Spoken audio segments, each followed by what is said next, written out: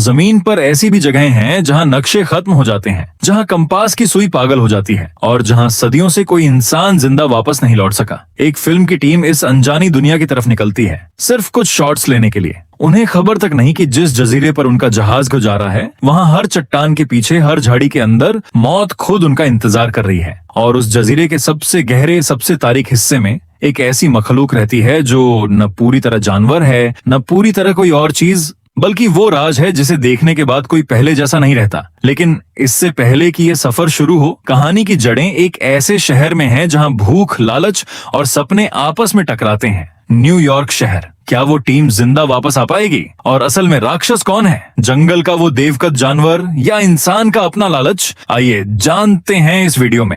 अगर आपको इस चैनल पर ऐसी ही खौफनाक और एडवेंचर मूवीज की एक्सप्लेनेशन पसंद है तो अभी चैनल को सब्सक्राइब कर लीजिए और बेल आइकॉन जरूर दबा दीजिए ताकि कोई भी वीडियो मिस ना हो। चलिए अब शुरू करते हैं कहानी की असली शुरुआत से। कहानी शुरू होती है 1930 के दशक की मंदी के दौर के न्यूयॉर्क शहर से, जहां लोग रोटी के लिए तरस रहे हैं और सड़कों पर भूख और मायूसी का राज है। इसी शहर में एक फिल्म डायरेक्टर रहता है जो अपनी अगली फिल्म के लिए बेताब है, लेकिन उसके पास न पैसे बचे हैं न प्रोड्यूसर्स का भरोसा। उसके ऊपर पहले से कर्जा है और स्टूडियो वाले उसकी फिल्म को बंद करवाने पर तुले बैठे हैं। इसी हालत में उसे एक पुराना अधूरा नक्शा मिलता है, एक ऐसे जजीरे का नक्शा जो किसी भी आम मैप पर मौजूद नहीं। ये जजीरा कोहरे में लिपटा, दुनिया की नजरों से छुपा हुआ है। डायरेक्टर को यकीन हो जाता है कि यही उसकी आखिरी और सबसे बड़ी फिल्म का मौका है, मगर उसे एक हीरोइन की जरूरत है क्योंकि उसकी पहली एक्ट्रेस आखिरी वक्त पर फिल्म छोड़ चुकी है। इसी दौरान उसकी मुलाकात एक स्ट्रगलिंग स्टेज परफॉर्मर लड़की से होती है जो भूख से बेहाल है और थिएटर बंद हो जाने की वजह से बेरोजगार बैठी है। वो एक फल की दुकान से चोरी करने ही वाली होती है कि डायरेक्टर उसे रंगे हाथों पकड़ लेता है, लेकिन पुलिस बुलाने के बजाय उसे एक कैफे में ले जाकर खाना खिलाता है। वहीं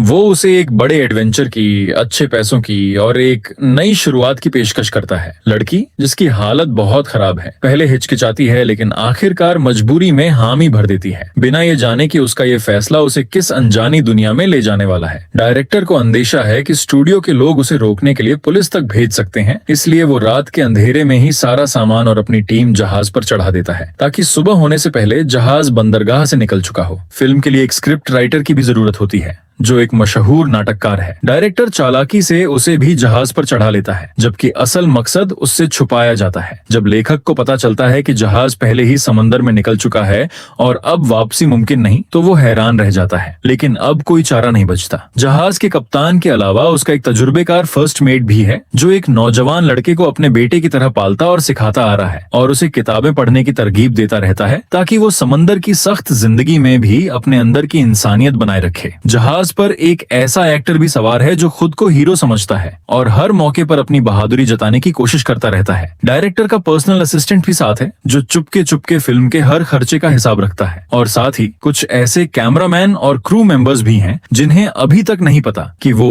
किस चीज की फिल्म बंदी करने जा रहे हैं। सफर के दौरान डायरेक्टर सबको बताता है कि मंजिल किसी और मशहूर जगह की बजाय एक बिल्कुल गुमनाम, नक्शों से गायब जजीरे की तरफ है, जिसे सुनकर कप्तान भी हैरान और फिक्रमंद हो जाता है। धीरे धीरे स्टेज परफॉर्मर लड़की और लेखक के बीच एक हल्की सी नजदीकियां भी बनने लगती हैं। रातों को डेक पर बैठकर बातें करना, एक दूसरे को अपनी कहानियां सुनाना, जबकि जहाज अनजानी सिमतों की तरफ बढ़ता चला जाता है। रात के अंधेरे में जहाज रास्ता भटक जाता है। घने कोहरे के बीच अचानक एक अजीब सी जगह नजर आती है, लेकिन इससे पहले कि कप्तान जहाज को संभाल पाता, एक बहुत बड़ी समुद्री लहर जहाज से टकरा जाती है। जहाज घूमकर चट्टानों से जा टकराता है। जब कोहरा हटता है तो सबके सामने एक ऐसा जजीरा नजर आता है जिसे देखकर खुशी कम और खौफ ज्यादा होता है। चारों तरफ ऊंची नुकीली चट्टानें और एक ऐसी खामोशी जो किसी तूफान से पहले किसी लगती है, लेकिन डायरेक्टर के लिए ये जगह परफेक्ट लोकेशन है। वो चुपके से अपनी टीम को लेकर उस जजीरे की तरफ निकल पड़ता है, बिना ये सोचे कि वहाँ उनका क्या इंतजार कर रहा है। जैसे ही टीम अंदर बढ़ती है, उन्हें अजीब सी मूर्तियां और इंसानों के कटे हुए सर नजर आने लगते हैं। हर जगह खामोशी है, लेकिन उस खामोशी के पीछे एक डर छुपा है। आगे चलकर उन्हें एक बहुत बड़ी, कई सदियों पुरानी दीवार मिलती है, इतनी विशाल कि सब दंग रह जाते हैं। ये दीवार किसी अज्ञात प्राचीन तहजीब ने बनाई थी, किसी बहुत बड़े खतरे को बाहर रोकने के लिए। दीवार के अंदर उन्हें पहली बार वहाँ के असली बाशिंदे नजर आते हैं, एक डरा हुआ वहशी कबीला जो बाहर की दुनिया से बिल्कुल कटा हुआ है। एक छोटी बच्ची उन्हें हाथ हिलाकर जाने का इशारा करती है, जैसे वो वार्न कर रही हो कि यहाँ से चले जाओ। लेकिन डायरेक्टर नहीं मानता और उसी लम्हे से सब कुछ बदलने लगता है। कबीले के लोग अचानक हमलावर हो जाते हैं और टीम के एक मेंबर की जान सेकंड्स में छीन ली जाती है। अफरा तफरी में सब भागते हैं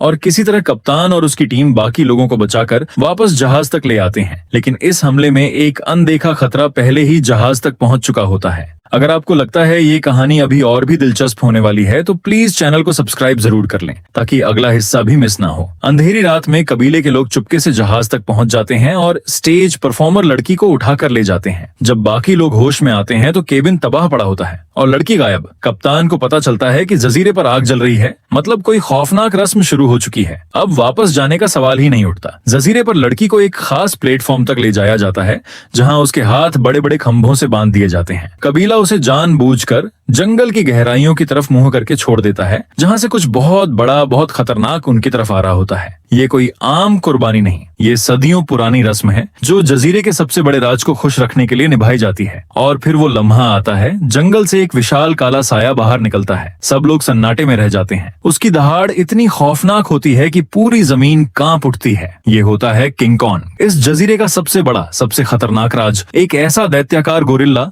जो इंसानों से कई गुना बड़ा है। वो लड़की को उठाता है और घने जंगल में गायब हो जाता है। जहाज पर मौजूद लेखक और डायरेक्टर उसकी तरफ भागते हैं, लेकिन जो उन्हें वहां दिखता है वो उनकी सोच से भी ज्यादा खौफनाक होता है। कप्तान अपनी टीम के साथ एक रेस्क्यू पार्टी बनाता है जिसमें फर्स्ट मेट, वो नौजवान लड़का, हीरो बनने का शौक रखने वाला एक्टर, डायरेक्टर का असिस्टेंट और कुछ और क्रू मेंबर्स शामिल होते हैं। सब मिलकर उस अंधेरे नामालूम जंगल में घुस जाते हैं जहाँ से आज तक कोई जिंदा वापस नहीं लौटा। अगर आप देखना चाहते हैं कि इस जंगल में आगे क्या होता है तो वीडियो को एंड तक जरूर देखें। और अगर अभी तक सब्सक्राइब नहीं किया तो कर लें। लड़की को बचाने के लिए टीम उस खतरनाक जंगल में घुसती है जहां वक्त जैसे रुक गया हो, जहां ऐसी मखलूकात रहती हैं जो लाखों साल पहले खत्म हो चुकी समझी जाती थीं। अचानक एक तंग घाटी में कुछ विशाल लंबी गर्दन वाले डायनासोर उनके सामने आ जाते हैं और उसी वक्त कुछ छोटे मगर बेहद तेज और चालाक शिकारी जानवर उन विशाल डायनासोरों पर हमला बोल देते हैं। इस हमले से घबराकर सारे बड़े डायनासोर एक साथ भागना शुरू कर देते हैं और उनका रुख सीधा टीम की तरफ हो जाता है। जमीन हिलने लगती है, चारों तरफ धूल का गुब्बार छा जाता है और टीम के लिए अपनी जान बचाना नामुमकिन सा लगने लगता है। कोई भागता है, कोई चट्टान की आड़ में छुपता है, कोई नीचे गिर जाता है। इस भगदड़ में टीम के कई लोग अपनी जान गंवा देते हैं और बाकी बचे लोग बस किसी तरह से अपनी जान बचाकर आगे बढ़ते हैं। जो लोग बच जाते हैं वो एक तंग अंधेरी खाई से होकर गुजरने की कोशिश करते हैं ताकि जल्दी लड़की तक पहुंच सकें। लेकिन इस खाई में एक नया ही खतरा उनका इंतजार कर रहा होता है।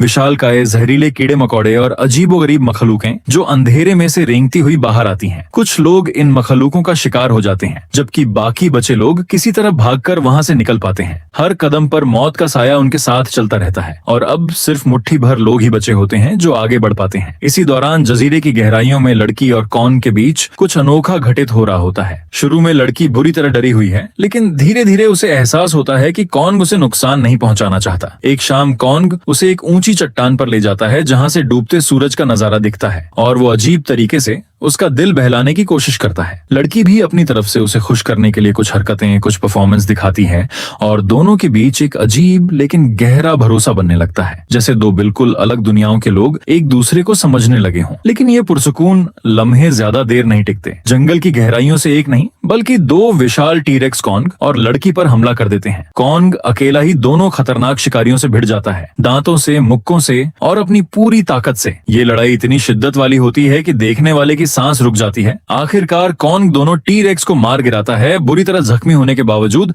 अपनी लड़की को बचा लेता है। आखिरकार रेस्क्यू पार्टी लड़की तक पहुंचने में कामयाब हो जाती है। लेखक किसी तरह मौका पाकर उसे कॉन्ग की पकड़ से बचा लेता है और दोनों मिलकर वापस जहाज की तरफ भागते हैं। लेकिन डायरेक्टर के दिमाग में अब एक और ही ख्याल चल रहा होता है। इतना खतरनाक सफर, इतनी जानें गंवाने के बाद भी उसका लालच खत्म नहीं होता बल्कि और बढ़ जाता है। वो कॉन्ग को जिंदा पकड़ने की योजना बनाता है। भाप और गैस से भरे बम इस्तेमाल करके आखिरकार कॉन को बेहोश करता है और डायरेक्टर के मन में सिर्फ एक ही ख्याल होता है, इस मखलूक को न्यूयॉर्क ले जाकर दुनिया के सामने पेश करके ढेर सारा पैसा कमाना। अगर आपको ये कहानी पसंद आ रही है तो अभी तक सब्सक्राइब नहीं किया तो कर लीजिए, ताकि आगे क्या होता है वो वापस पहुंचता है। डायरेक्टर कॉन को एक बड़े थिएटर में दुनिया के 8वें अजूबे के नाम से पेश करने का ऐलान करता है। हजारों लोग टिकट खरीदकर उसे देखने आते हैं। स्टेज पर कॉन को स्टील की मोटी जंजीरों में जकड़कर खड़ा किया जाता है और लड़की को भी उसके सामने साथ खड़ा किया जाता है ताकि तमाशा और भी दिलचस्प लगे। लेकिन जब कैमरों की तेज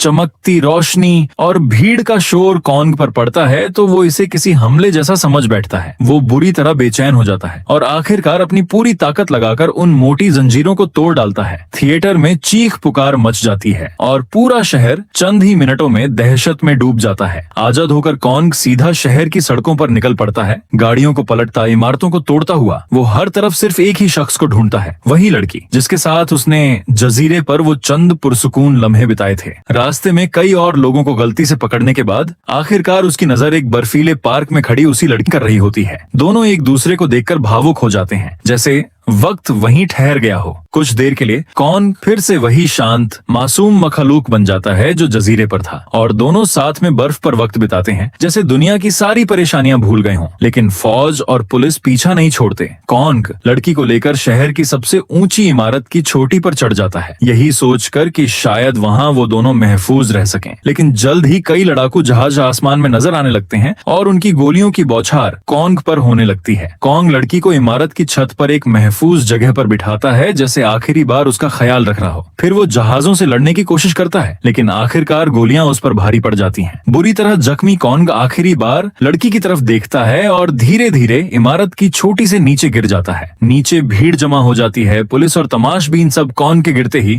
जिस्म के इर्द गिर्द इकट्ठा हो चुकी होती है। वही डायरेक्टर जिसका लालच इस पूरी तबाही की जड़ थी, कॉन्ग के बेजान जिस्म के पास खड़ा होकर बस इतना कहता है कि इस हैवान को हवाई जहाजों ने नहीं बल्कि इंसान की खूबसूरती के पीछे भागने की चाहत ने मार डाला। भीड़ में सन्नाटा छा जाता है। कैमरों की फ्लैश अब भी चमक रही होती है, मगर अब उस चमक में जश्न नहीं बल्कि एक अजीब सा अफसोस झलकता है। और यहीं पर ये कहानी अपने अंजाम तक पहुंचती है, ये सवाल छोड़ते हुए कि असली राक्षस कौन था? वो जानवर जिसे सब खौफ की नजर से देखते थे, या वो इंसान जिनके लालच ने सब कुछ तबाह कर दिया? अगर आपको ये एक्सप्लेनेशन पसंद आई हो तो वीडियो को लाइक करें, चैनल सब्सक्राइब करें और कमेंट्स में जरूर बताएं कि अगली कौन सी मूवी पर वीडियो देखना चाहेंगे। मिलते हैं